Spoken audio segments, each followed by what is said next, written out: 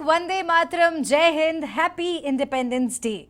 Prime Minister Narendra Modi has hoisted the tricolour at Red Fort and also gave a remarkable speech extending his greetings to the people of India first of all and later saying that the government has fulfilled the dream of Sardar Vallabhbhai Patel by revoking Article 370, saying that it will definitely benefit the Kashmiris. Well, that's something that he has been saying. Prime Minister Modi also mentioned about triple talaq in his speech, saying that the bill will definitely empower Muslim women and there is no politics involved over this bill. Stressed on controlling population growth in the country, saying it will be a problem for the future generation and country's progress. Also talking about terrorism, Prime Minister stated that the terrorism is against humanity and government cannot remain as a mute spectator on terror threat. Well, there the Prime Minister also stated that India will soon have a Chief of Defence Staff, which means that there will be a person who will coordinate the activities of all the three service chiefs, a single point advisor to the Defence Minister. Meanwhile, on the other side, B.S. Yadurappa, the Chief Minister of Karnataka, also addressed the people of the state, extended his warm greetings to the citizens on the occasion of 73rd Independence Day, spoke about flood victims, also highlighted some of his government's achievements.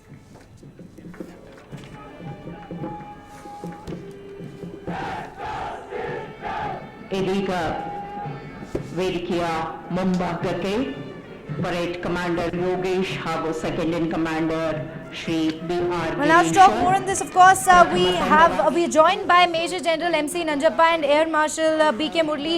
Well, sir, I'll directly come to the big announcement that the Prime Minister made in his sixth straight speech as the Prime Minister on Independence Day, Chief of Defence Staff.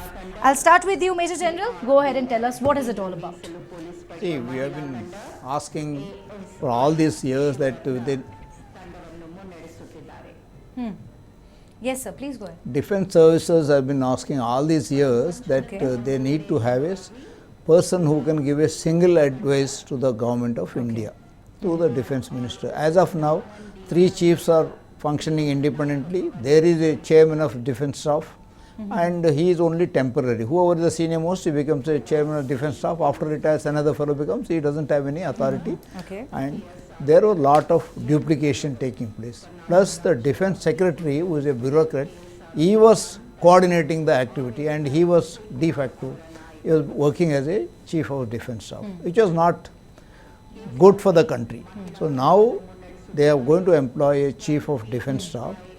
I don't know how they will work out, whether they will be at the same 4-star general or they will give him 5-star, which most likely they may not, but he will be a permanent staff. First, he will be the single point advice to the Ministry of Defence and to the government and to the Prime Minister. Single point advice. Single point advice. He will give the advice. That means that now all the three service chiefs do not need to go and meet meet the Prime Minister or the Defence Minister in particular. So only one person will go and represent all three of them and give a single point advice. Is that what it means? That is, but I don't know how the operational wise, I don't know how they will work allotment, how they will do, because three chiefs would like to have their own umpires also. They would like to be head of the organization and would have the authority. But the coordination of avoidance of lot of duplication. As of now, like engineering service, Army has got separate, Navy has got separate and Air Force has got separate. Supplies, they have same. They have various other services, communications, they have three. So now these things will be coordinated, there will be a combined establishment that will avoid lot of manpower duplication, save lot of manpower, both Army, Navy and Air Force. Manpower duplication. Would you, For example, in Bangalore, you take, there is a military engineering service for the Army separate, there is a military engineering service for the Air Force separate. They report to the respective heads, see the GOC area, sub-area he reports, the Air Force fellow reports to the AOCNC training command. Similarly, supplies, provision of rations and other things. There is Army has got a separate Army Service Corps and Air Force has got a separate. In some places like Bombay and all, the Army, Navy, Air Force, they will be having three separate services set up. So these things like land, though this is held by military estate people separate, but then it will again be coordinated separately. Here that fellow, the person will be taking a report or giving report to the sub-area GOC and also parallel to the Air Force. This will be mainly coordinated and they will be avoiding lot of duplication. It will be good for the country. Plus defense acquisition. Like defense acquisition, all the three chiefs respectively, they put up their demands. But the resources are limited with the government. They have to prioritize it. That prioritization will take place by the Chief of Defence Staff. He will coordinate, okay, what is priority? Like as of now, it is a big thing to procure the aircraft and ships and things so that it looks big amount. But the force soldier doesn't have the rifle. He is fighting with the inferior rifle as of now with the terrorists in J&K, which is not satisfactory. Not updated ammunitions? No, updated guns. Guns. We are still going through the ordnance for 7.62 at some places, and now they are importing some weapons. Now they just started a factory in. Why is that? No, that is a lack of coordination. The resources are limited. Allotment is now 1.5% of GDP. Right. Air Marshal, do you agree with him that there was a lack of coordination and Chief of Defence Staff is certainly going to look into all this, and now the confusion perhaps will not happen? Neha, we need to go back in history a little bit and then see this in the proper perspective. Almost 15 years ago, we created what is known as an IDS, Integrated Defence Staff. Now, at the time, there was a requirement to appoint Chief of Defence Staff to the IDS. IDS is located at Kashmir House in Delhi, and their role was reduced to doing studies and surveys. Today, the IDS, actually they do what is known as the LTPP, long-term perspective planning for the three defence services. How exactly we should look at future, what all is required by Army, Navy and Air Force to keep the nation safe. Now there are many joint institutions in the country today which actually has Army, Navy and Air Force elements, and all this were placed under IDS. Now there is yet another very important element apart from these three services is known as the Strategic Forces Command, SFC. Strategic Forces Command, they have the control on the nukes, on the nuclear arsenal. Now it is now placed under a Air Marshal or a Lieutenant General or a Vice Admiral who heads the Strategic Forces Command. There was a need to integrate. Now I'll give you a small example. Take Uri strike. In Uri strike, there was Air Force as well as Army. There was coordination required. Now, it is not that the two services are coordinating, but there is actually a single point coordinating agency that was required, who probably can advise the Government of India, Raksha Mantri and the Prime Minister, saying that this is what we intend doing. It is not that the three services, their importance, the three service chiefs' importance will be reduced. Their work will be better coordinated, and CDS was definitely, it was a long-term requirement of the defense services. We're going to discuss more on this, because we also were discussing when Major General said that there is a Chief of Defence Staff in Pakistan as well, but then his role is equivalent to nothing. Well, Air Marshal, to say the least, hearing these two words, Vande Mataram, gives you immense happiness and joy, isn't it? Yes, it does. I mean, it's a great, it's actually a great feeling. It was, right through and through since morning, since 7:30.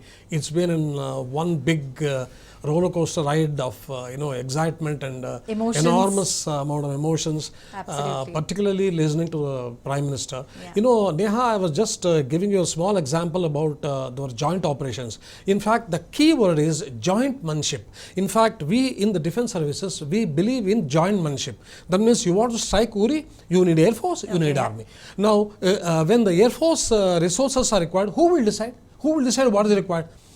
Maybe the Chief of Air Staff will say, no, I cannot give you Mi-17. You take, this Dhruv ALH and make do with ALH.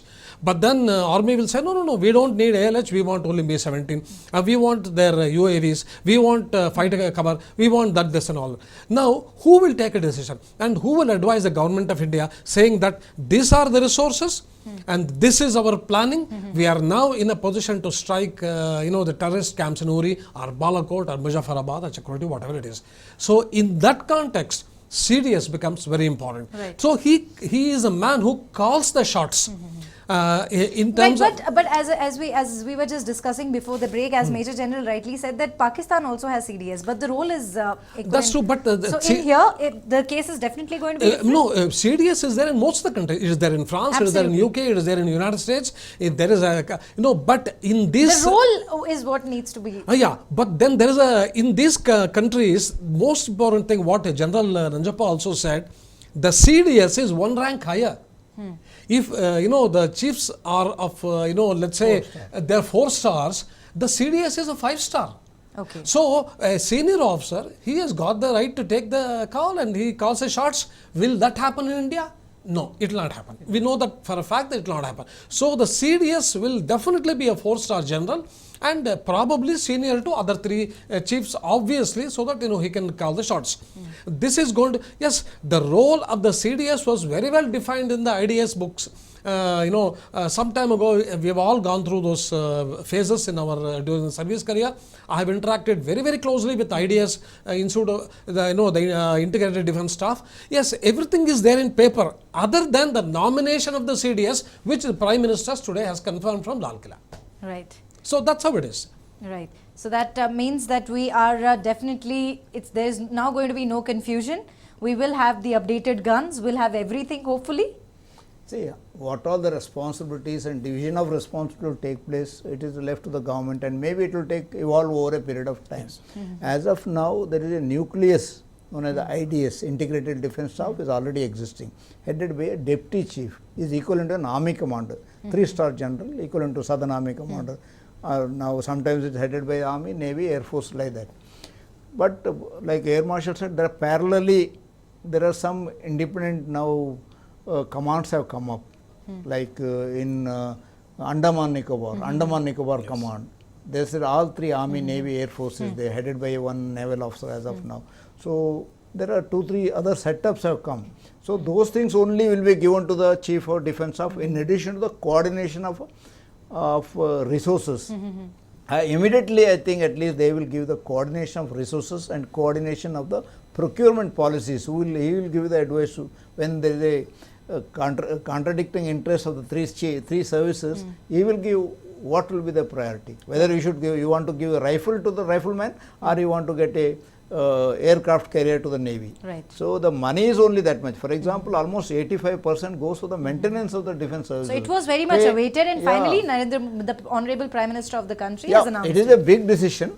There are some bureaucratic hassle. They'll say, by the Chief of Defence Staff make 5-star general, he'll tomorrow take over the country. Those sort of fear mongering is there, which is not so. It is the Indian Army has been a political and a within the government only. They function within the rules. But that fear mongering. He's an advisor, 1-point advisor to Raksha Mantri. The important thing will be, he will be a 1-point advisor, and what are the other resources will be placed under his command, which is, I think they will decide, because it is like Air Marshal said, you don't fight in war by Army separate, Air Force separate, Navy separate. It is an integrated battle which is to take place. So integration means there has to be a coordination, there has to be 1-point advice to the government. So that will be done, I think, I have a feeling. And it's a good decision.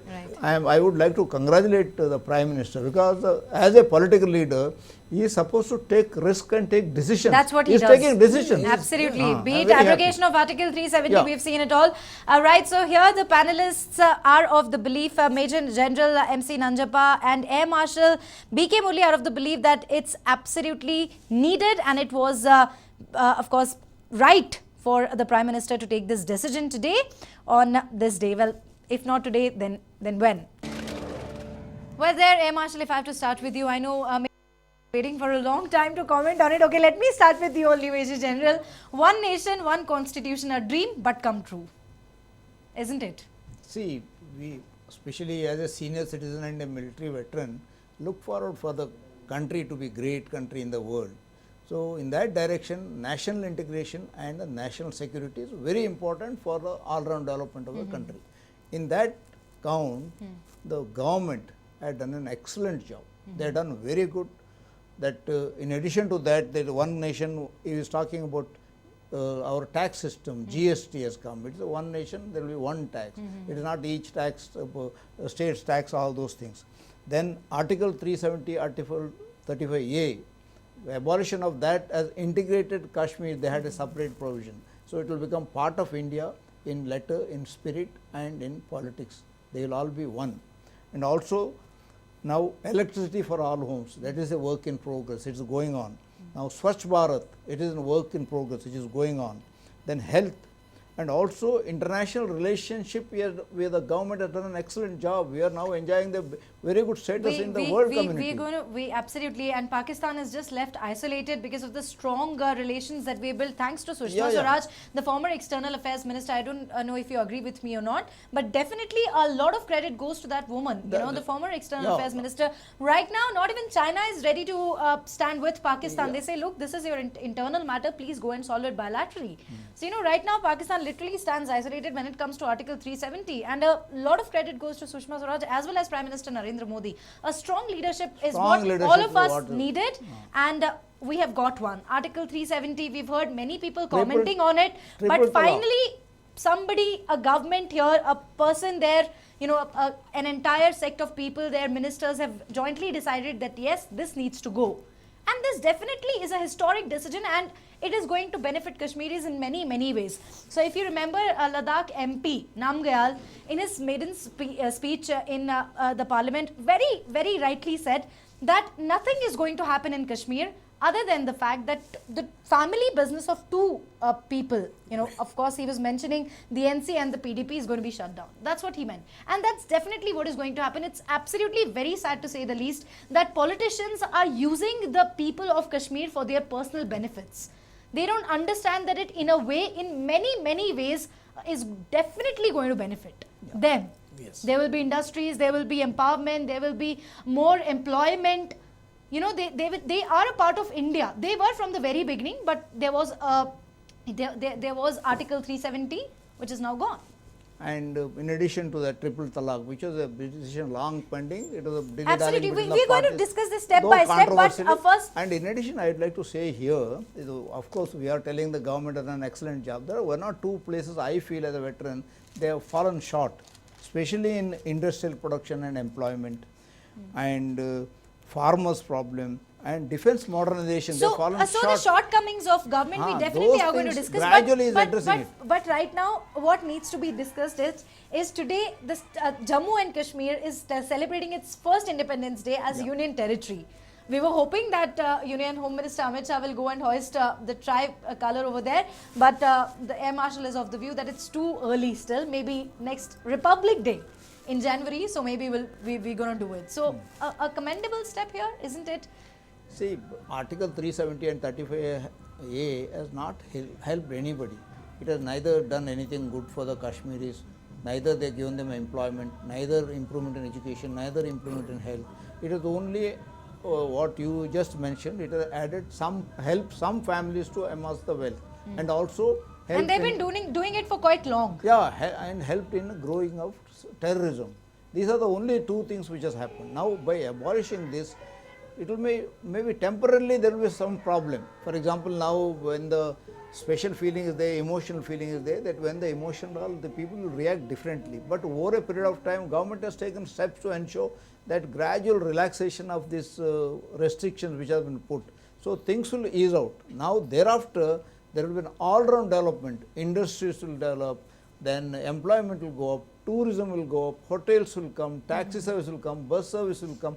Over a period of time, all general public are going to feel the benefit of that, and they will be very happy. Absolutely. Marshal, very unfortunate to say the least that even now a sect of politicians are, opposing this move. Yeah, Neha, I look at it from a different perspective actually, the whole 370-35A saga. What we need to remember is, since 1989, we have lost more than 20,000 people in Jammu and Kashmir because of terrorism. Totally, there is more than 45,000 people have died. And out of the about 5,000 soldiers, 15,000 innocent civilians, women and children have died. The scourge of terrorism was just not coming down at all. Article 370 in any case was a temporary transitional arrangement, and the whole thing actually was it evolved out of that Dogra culture, the Dogra constitution, the Ranveer laws and so on and so forth of Maharaja Hari Singh. In fact, this should have been repealed long ago because it lost its complete validity many years ago. Now, what has really happened to our nation? Without actually even firing one bullet, we handed over entire POK on a silver platter to Pakistan. Silver platter. Absolutely. And then, yes, now I don't want to really be a devil's advocate and say that who was wrong and who was right and all that. In 1948, we went to UN and said, under Article 6, we said, look, there is there's an intrusion. By which time Jammu and Kashmir was already a part of India because Maharaja Hari Singh had signed IOA, Instrument of Accession. Instead of actually telling United Nations that look, there is an invasion by Pakistan, we said no, there is an intrusion, there is actually some kind of a disturbance. We lost the entire POK. This carried on and on, and the POK became impossible for India to manage because they were actually exporting terror groups and terrorists and terror mechanism to India, and then they were breeding terrorism in India. Today, I'm sure General will bear with me, South Kashmir and Central Kashmir are impossible to handle. No matter what you abrogate, it doesn't matter at all. The people will have to now in these parts, particularly Shopia, Kupwama, and then Avantipur and Anantnag districts, they have to realize that all this is being done for their benefit. Will it happen in one day? It won't happen. 100% it won't happen. But then somebody had to make a beginning somewhere. Somebody had to break the ice. This government has done it. In fact, the abrogation of 35A and Article 370 was needed, for decades ago. Needed to go. Needed to go. And then yes, now one can also talk about Kashmiri women who cannot possess a property and so on and so forth. But then so here is how it works. So Farooq Abdullah's wife, the former Chief Minister of Jammu and Kashmir, is from outside the country. So she enjoys all the rights on Kashmir land before Article 370 was revoked or Article 35A. And Nitika Dhondial, who is the daughter of the soil, is married to somebody from Dehradun. In fact, he's a martyr with all due respect. So she lost all her rights. So do you see the problem? That's where the problem lies. And that's why it needed to go. Because a woman who was married to an army officer, was married to a major, she lost her husband, he was martyred, and she cannot enjoy even a single right on her own soil. And a woman who's from outside the country can enjoy all the right. How does it even work? No, actually, it's very so strange, impossible to believe, and sometimes you start wondering in which country are we living, for heaven's sake. You have a separate constitution for J&K and you say only external affairs, communication and defense is the responsibility of the union government and the rest you will manage it yourself.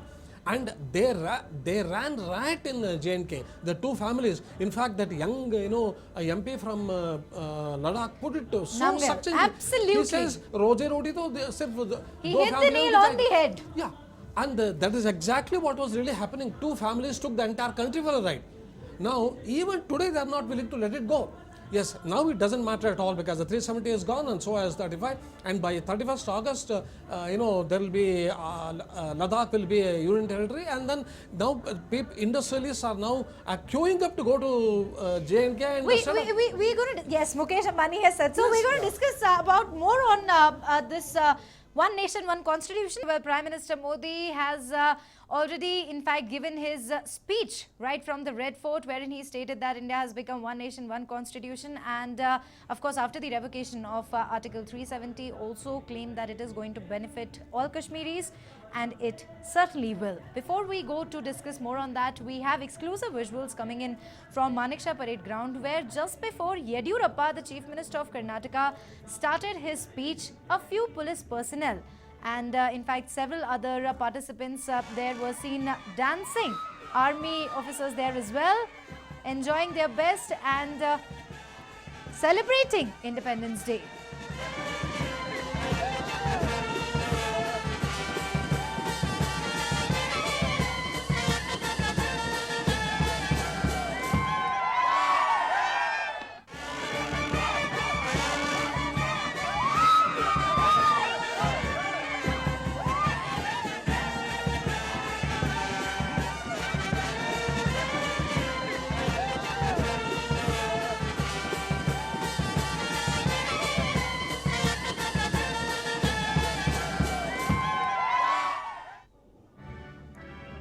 Well, now these are the live visuals coming in from Manekshaw Parade Ground. Mr. Yediyurappa, the Honorable Chief Minister of Karnataka, has given his speech wherein he highlighted his government's achievements and also stated that the state of Karnataka is facing worst calamity in 45 years, as half of the state is what Mr. Yediyurappa says is flooded.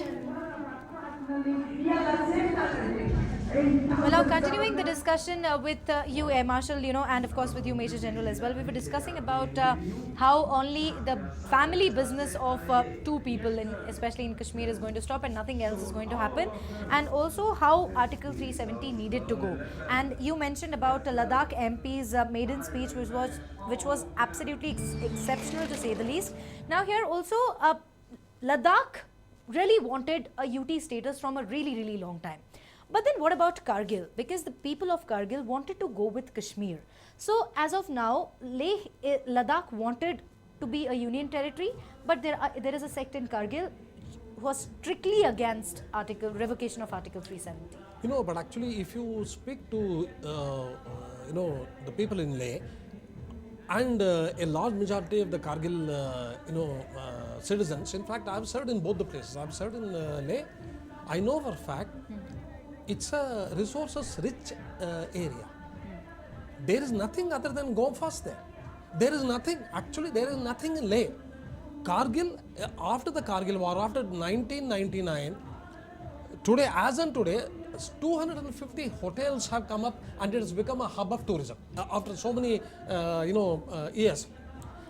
The J&K Kashmir is not doing anything at all. You see, as per the constitution of Jammu and Kashmir, the entire financial planning and provisioning is with the J&K government. And also, Namgyal mentioned that how many jobs are you giving us? How many people are there in civil secretariat? They are not what are the facilities that you've given to us? Absolutely. In fact, that man, he gave a hard-hitting speech. The money was not coming to the Leh. It was not, they were not promoting anything at all, so including Kashmir tourism. University is there, Central University is Jammu. So where is any university? The people, the students from Leh Ladakh have to travel all the way to Jammu for studies. Yes, and very soon the Kargil and the Dras Kargil and Dras areas, the citizens of that particular town will realize that it would be worthwhile going along with the Ladakh and not with the Kashmir. And it will help them a lot. The tourism will improve and so many other things. In fact, infrastructure. Today, Prime Minister spoke about 100 crores earmarked for the infrastructure development. And who knows, he may pump more money. In fact, they are now talking about giving a package to Ladakh by 31st of October. Now, once all these things materialize, the people of Ladakh would have realized their dreams of last 70 years, and they have been left in the lurch for the last 70 years to fend for themselves. Now is the time when the Ladakh people can get up. They can proudly identify themselves. And imagine the leaders of NC and PDP who sided with Ladakh in revoking Article 378 and giving them a union territory status were expelled. That's what the Ladakh MP stated. Yes. So double standards, hypocrisy of these two parties who literally are parasites, to say the least, in Kashmir.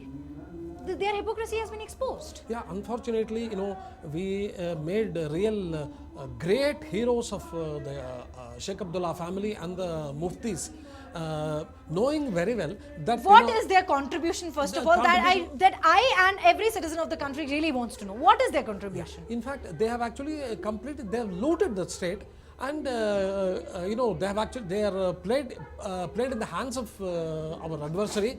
And then just to stop the terrorism, it doesn't mean that actually give everything to the state. Mehbooba Mufti's children, they are studying in London, but here the people of Kashmir are the ones who are suffering.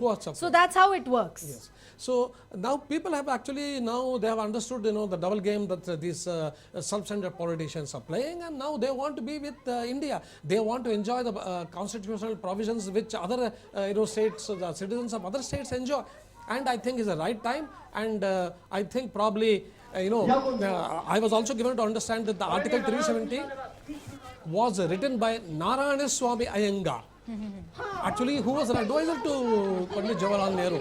The man who promoted Article 370 was another South Indian MP Menon. My God, in fact, some of these things, actually we should, for posterity's sake, we should put it in the textbooks and teach our children.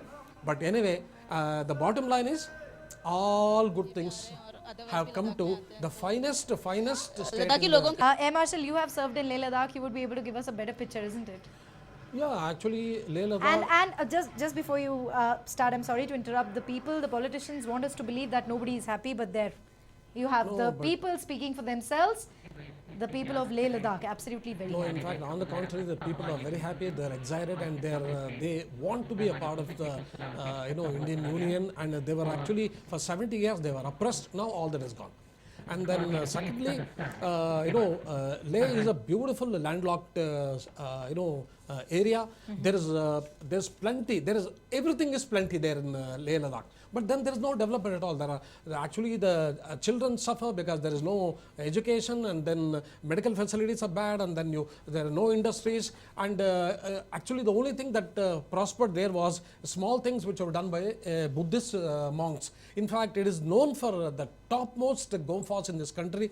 It's actually a tourist paradise. With having everything, they didn't have anything.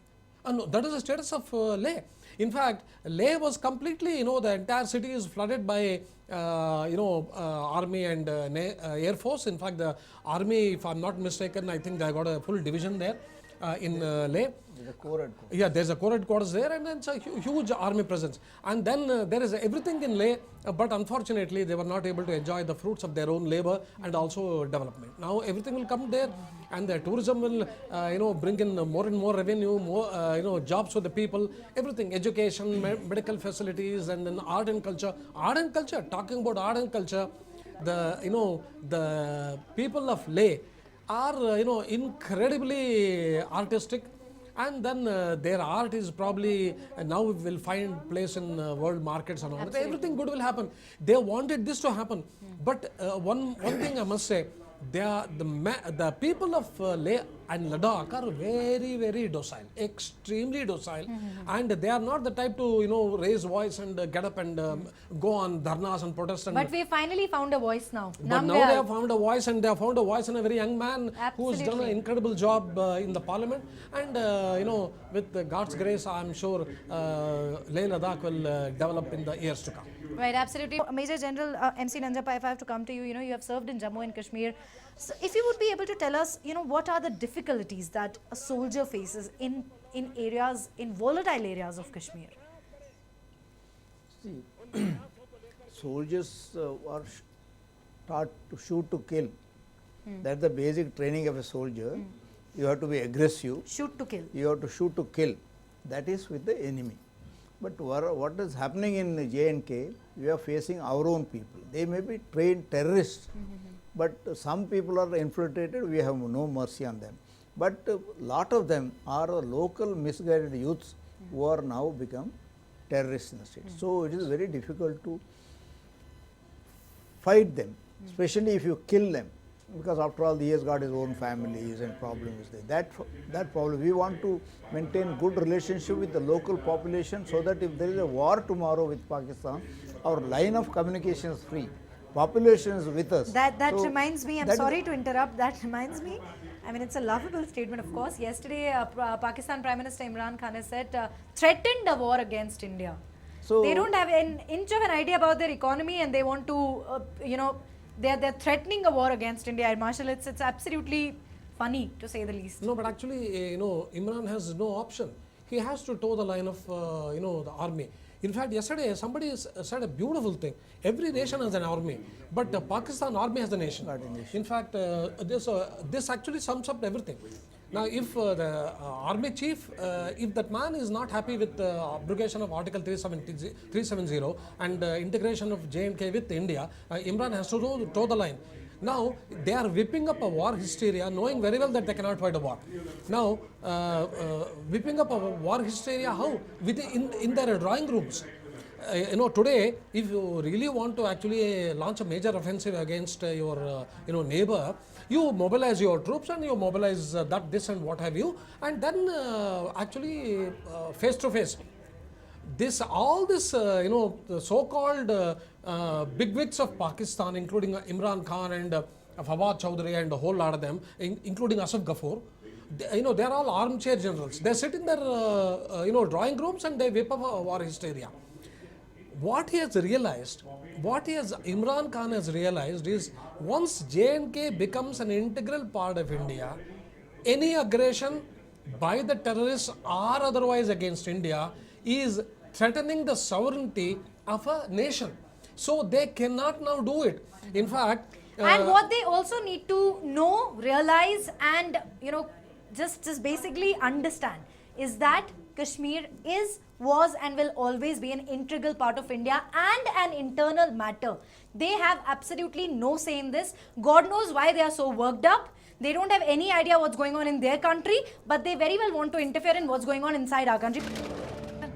Right. Well, of course, we'll discuss about what Prime Minister Modi had to talk about corruption and dynastic politics as well, but a little later. How about we're discussing about a soldier's life in the volatile areas of Jammu and Kashmir, especially Kashmir. See, in Kashmir, You have served there. Yeah, I have served there. I'll divide it into two. One is the LOC, line of control. There is no problem. We are doing a soldiering duty. If they fire, we fire double. So there is no problem at all. And it's a difficult area to serve. There is avalanches, all those things take place in higher reaches in Kashmir. But they are doing their duty exceedingly well.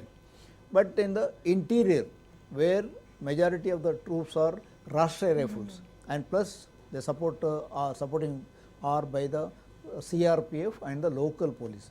There is a problem. The locals, because the terrorists are there in Srinagar and 3-4 districts in the South Kashmir. There what happens is that moment you involve in insurgency, anti-insurgency activities, then there are people vested interest, you file cases against them on human rights violation. People sitting in the TV room in Delhi, they also... when they talk about human rights violation, why don't they also talk about Kashmiri Pandits? No, human right violation, people sitting in the TV room talk. They, but because of the earlier elected government, they were filing FIRs against the people. For example, you serve a soldier there, you have an FIR, and 20 years hence you are called for an investigation, you look at his fate. That problem is there. So all this confusion was getting created, plus you are dealing with the locals. They are basically, they are Indians, they are Kashmiri, they are misguided. They are motivated by some leaders, the separatist leaders. Okay. If you say that they are misguided, that there is a sect of people in Kashmir who also joined the armed forces. See, so why is it that some of the people there is some misunderstanding. Kashmiris are law-abiding citizens, or they are Indians.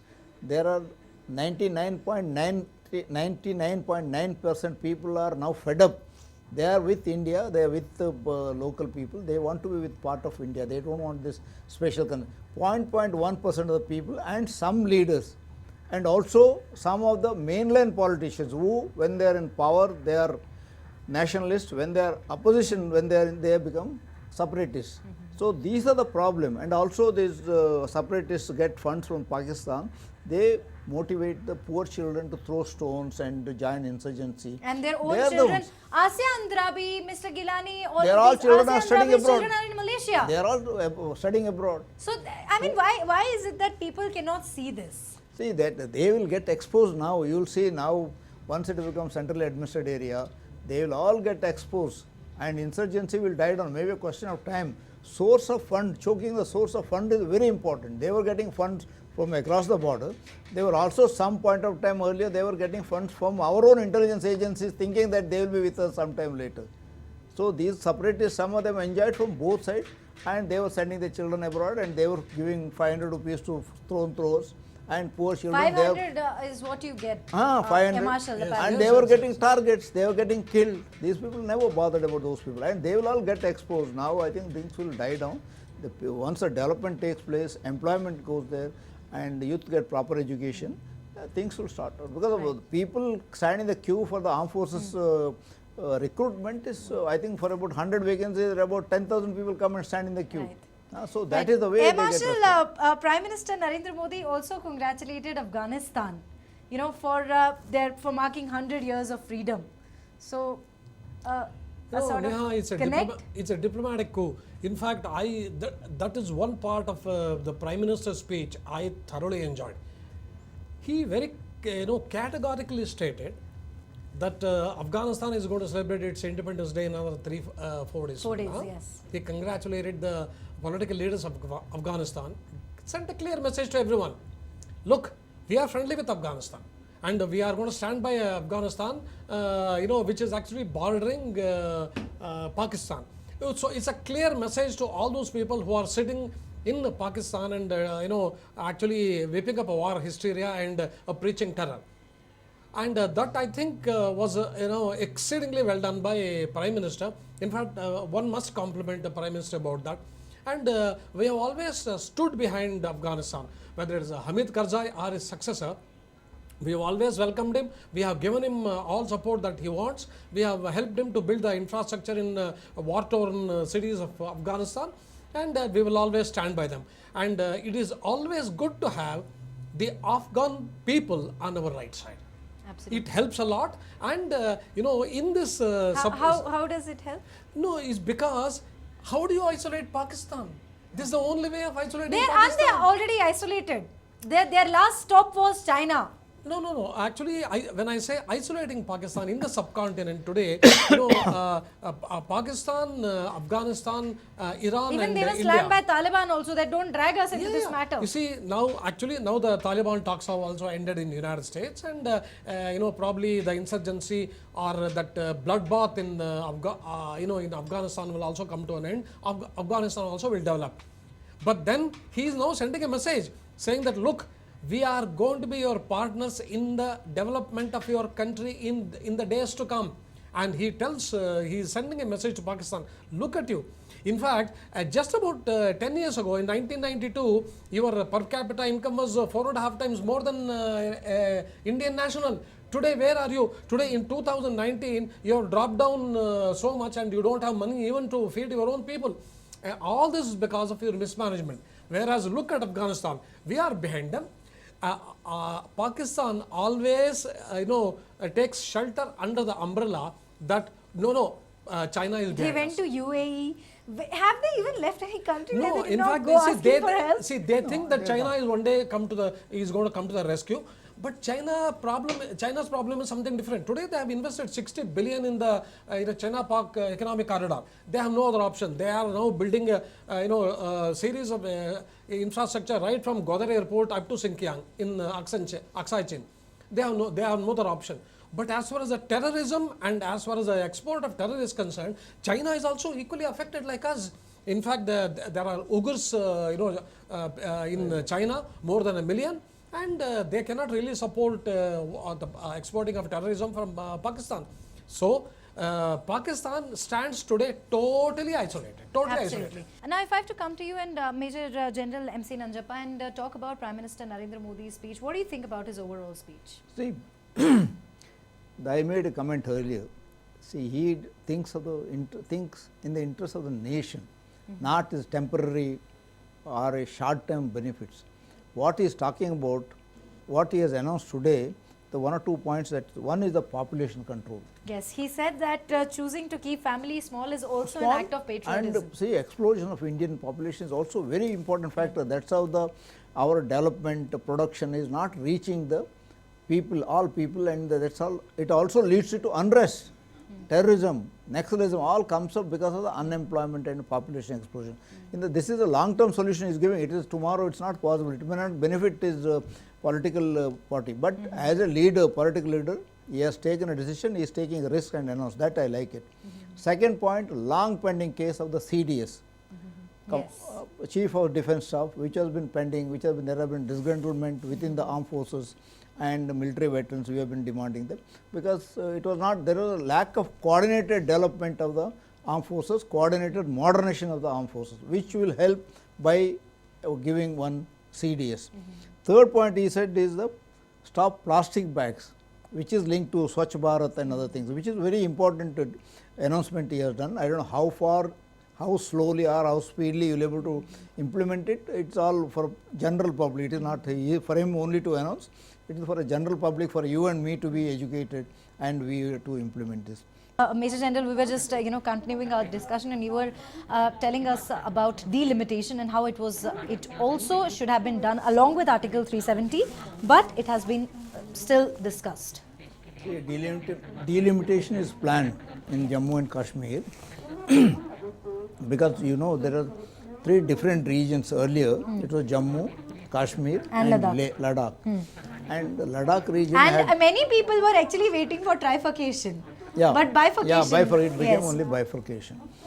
But what happened because of the Article 35A, the people who have come out from Pakistan, the refugees who come and settle in the Jammu region or Kashmir region, they can't even vote for the Kashmir Assembly. They can vote for parliamentary seat.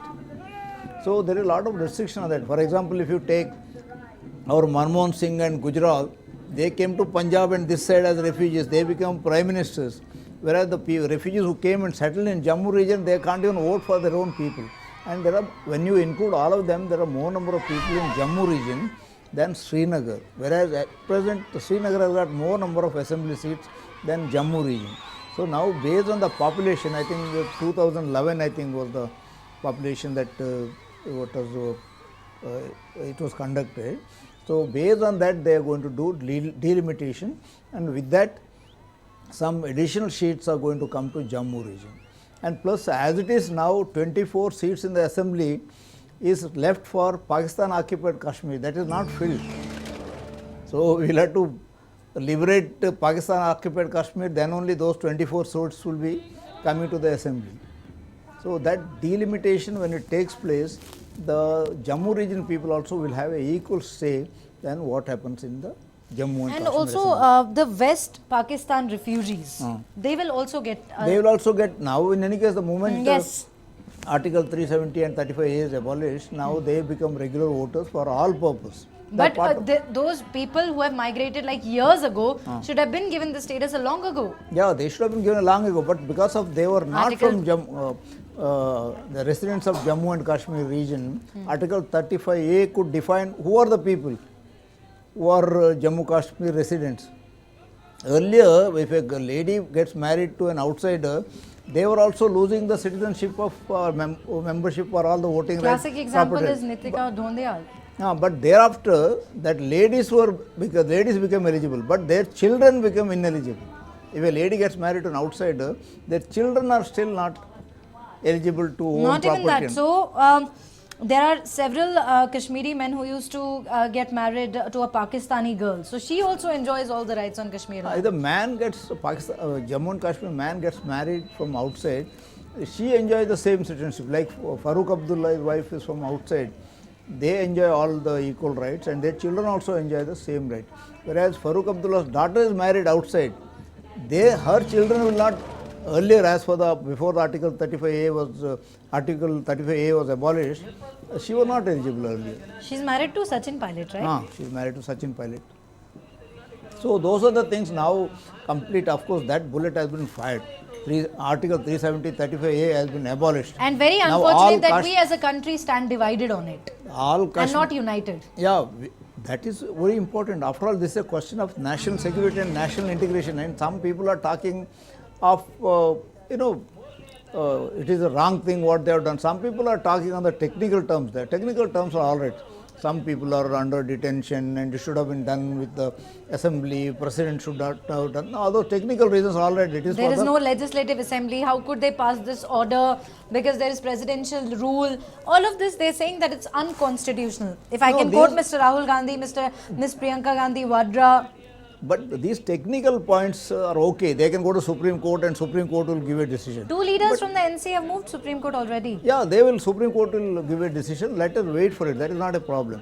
But the people have said, somebody has said, because it is a Muslim predominant state, they have removed the Article 370 and Article 35A. These are the wrong comments they made, which is, which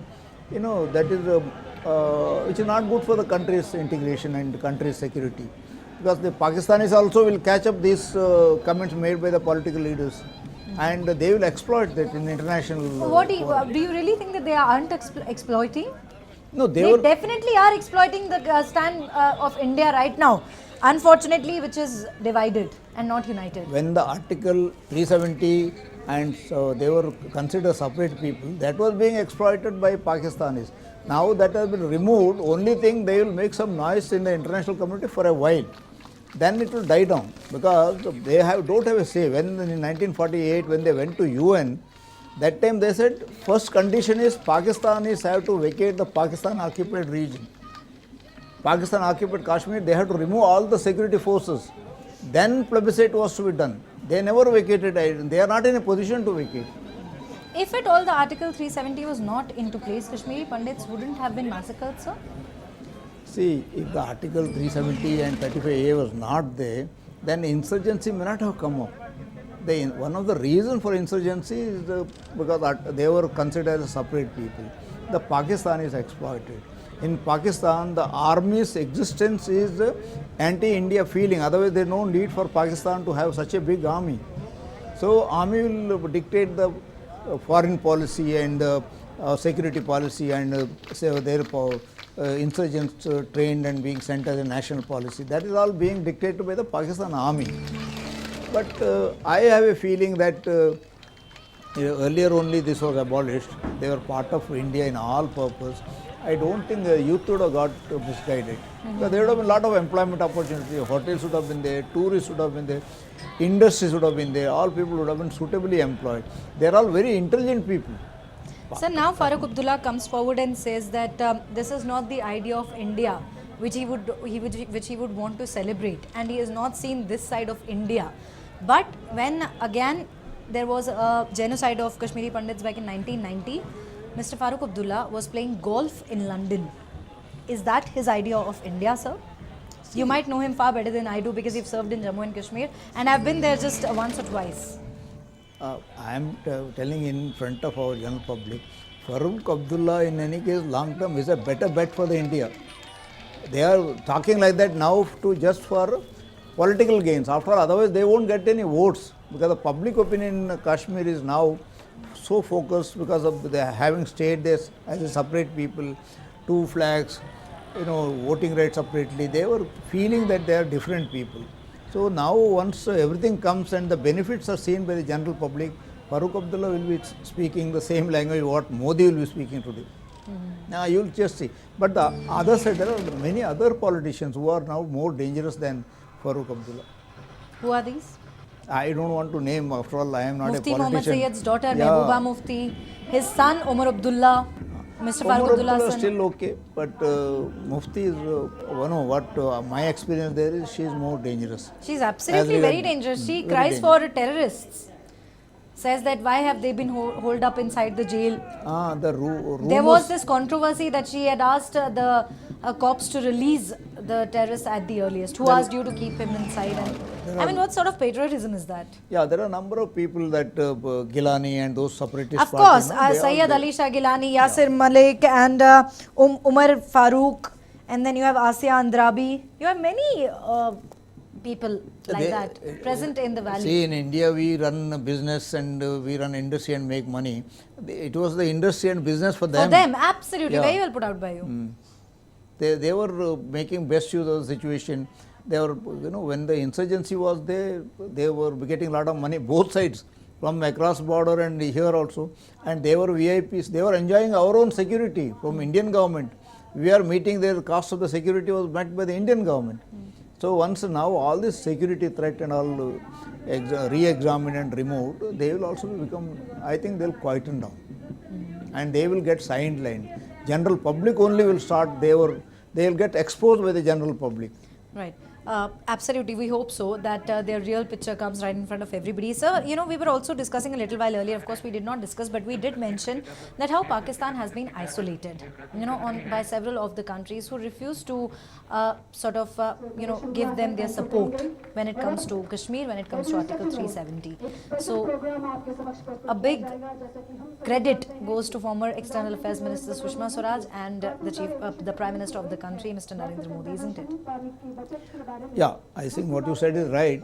We enjoy a different status in the world now. Now, absolutely. And generally, everybody feels there's no point in supporting Pakistan who don't produce anything other than insurgents. So there's no point in supporting India, having good relationship with India, everybody gains. India has got a big market for US, and China also feel that we are also a developing country, we are at par, growing at par with them. So China has not made any noise now this time, including UAR. They have come in support to us after Article 370 was removed. They have come in open support to us. They said They've outright denied support to Pakistan. outright denied support. Nobody has openly supported Pakistan. Openly, I don't even know if there is a backdoor entry who wants to support Pakistan. They must be knowing very well their political leadership. They must also be playing up for a public consumption for time being, maybe 1 or 2 months till the dust settles down. Then I think they'll also leave it and they will be happy to protecting their own portion of occupied Kashmir. Right. So now See, talking, occupied Kashmir also, the Gilgit-Baltistan area, earlier we used to call it northern area, opposite Kargil area, they got a lot of problems. They are Shia population. They don't want to be with Pakistan. yes, there is a, in fact, Kargil doesn't want to be, so okay, now that this is the case, another case is that Kargil people do not want Article 370 to be revoked. Who? They were dead against it, the people of Kargil. But of course, the late... Kargil is on our side, which has been what happened because of the Zojila Pass, the Kargil and beyond, that Leh gets isolated for 3-4 months. So administratively it is easy for them to be merged there. But Kargil has got a lot of Muslim population. Leh proper and all those areas got a lot of Buddhist population. So now the Kargil Muslims must be feeling that they may get stepmotherly treatment by the Buddhist majority of the thing. Now, Major General, also what we need to discuss is that Prime Minister Modi sees India as a 5 trillion economy, but you seem to be of a different view. You seem to have a different view on it. You say that our economy is not doing well. The decisions and the progress the present government is making, but there are some ways, some places there is a shortfall. There is some weakness which is obvious. First, I would like to say is our economy is not developing as it is expected, and exports are not there. Production, industrial production is not coping up. I think that is coming out in the paper and all discussions come. And also there is a lot of unemployment problem. Youth are getting educated but they are not getting employment. The employment problem is going to create a lot of disgruntlement among the youth. So there is education, but there is no employment. One is economy, then employment. Third is the farmers' problem. Farmers' problem is the one which is likely to create more problems for the present government. They have they have plans for a long-term implementation of for the welfare of and all the various support system which is for the farmers. I hope it works. Right. Other things are all right. But 5 trillion economy, Prime Minister Modi very confidently says that is very much possible. And why not? It's very much possible. I don't know, because as of now, the system is getting easier and easier. But however, the corruption at the point level, where at that level he has not been able to eliminate. I think that is what is putting a lot of pressure on the industry to go slow. Right. Before we wrap this discussion, I want to ask you, how are you celebrating your Independence Day? Other than being with me in the studio. Yeah, I have been with you. So what are your plans for this big day? I am going to now, I think after the discussion, I am happy that I wish all Indians the best of luck and happy Independence Day and happy future. And I am sure everybody from Kanyakumari to Kashmir will prosper and do well in life. Right, absolutely. Many thanks, Major General, for staying with us throughout and also joining us with all those details.